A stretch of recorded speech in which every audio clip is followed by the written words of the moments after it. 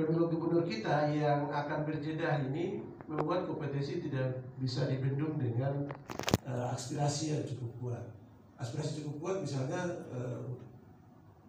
partai yang kemudian sudah teman-teman liput beritanya di pendaftaran kemarin secara transparan kan dia sudah umumkan. Jika kami 7 kursi kami siap mengusung ini. Jika kami 7 kursi kami siap mendaftarkan ini. Memang dia itu komitmen politiknya.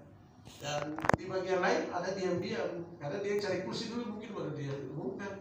Tapi tidak ada yang salah. Memang ini nuansa pendidikan. Tinggal bagaimana pemberitaannya diseimbangkan agar tadi bahwa sampai tahu besok ada gubernur yang mau maju dari perseorangan. Hari ini dia sudah kumpul dukungan dan kemudian menggunakan itu untuk mendaftarkan. Maka mau perseorangan mau lewat partai politik, ya jelas-jelas kita harus menyimak berita itu. Demikian juga nanti di 7 kabupaten yang menyerahkan pemilu bupati. Kedua, secara data memang ada beberapa hal yang secara informasi publik juga kita jaga. Misalnya teman-teman kemarin mau kejar terus partai mana, memang secara kebutuhan berita begitu masuk sebut nama partai saja, wartawan nama naik, KPU kode etik turun Pak, istirahat, saya bisa selesai dari jabatan, karena itu bukan informasi yang wajib saya publikasikan. Macam-macam begini yang kita jaga keseimbangan. Jadi kalau kelihatan teman-teman kejar, tapi saya rem juga ya, ini terlalu masuk jauh. Makanya kita kasih secara umum dari 504 calon 7,7% atau sekitar 45 orang itu sudah memenuhi syarat dan ada persebaran di 18. Sisanya ini progres data umum, kita tidak bisa masuk.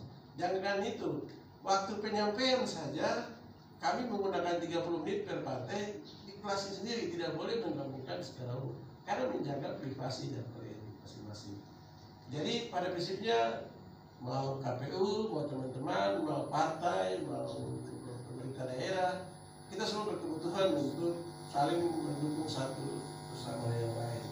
KPU siap bekerja sama dan intelektual masyarakat kita, pemilih cerdas sangat ditentukan oleh berita-berita yang hari ini dilayangkan. Semakin berkualitas tulisan teman-teman sangat membantu KPU cerdas dan juga bisa menghentikan isu sara, bahkan menghilangkan image bahwa selalu berakhir dengan bakar-bakar, selalu berakhir dengan balang, yang sebetulnya secara ekspos berita itu mungkin baik, tapi kesian saya sendiri yang jaga Manokwari ini, kita tidak bisa minta tukar provinsi lagi. Bekerja di provinsi kita secara jujur, transparan, kemudian profesional untuk Papua Barat yang lebih baik. Itu dengan melarang pengurusnya terlibat partai politik. Tim sukses saja tidak boleh.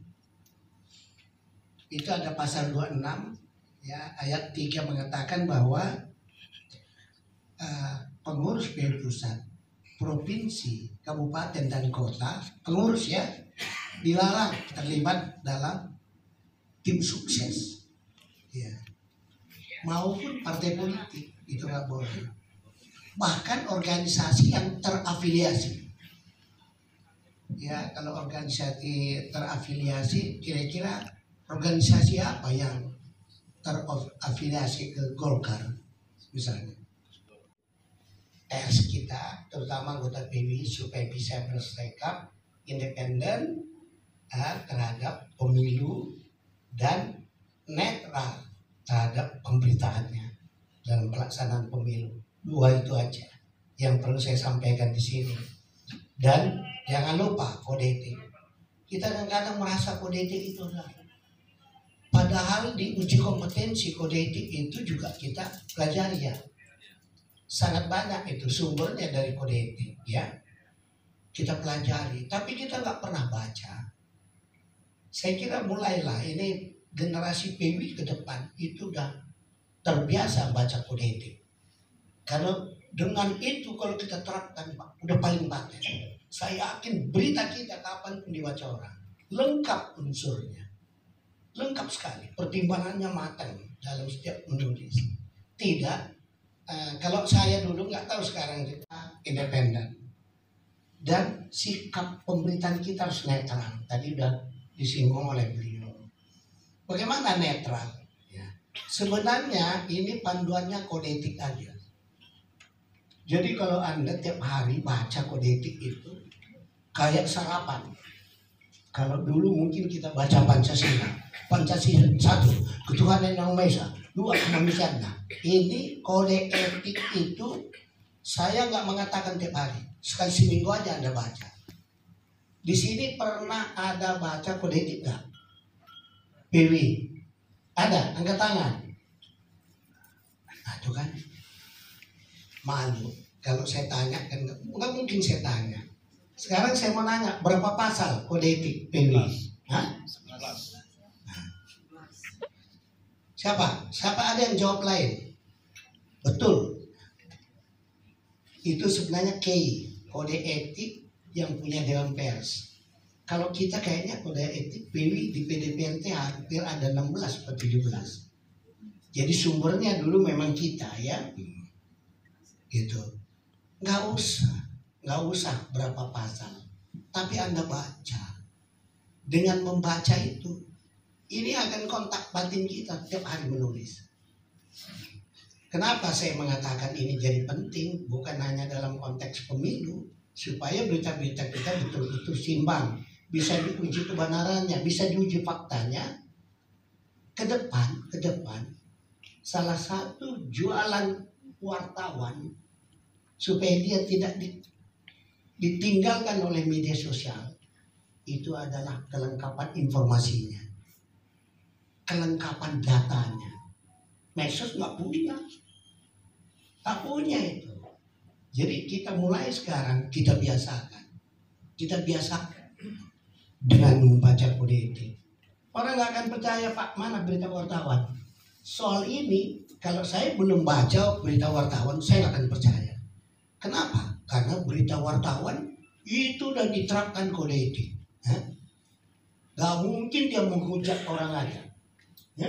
Kerjanya. Kalau medsos kan suka-suka aja. Kita ini aja juga ditembakin kan kadang tuh.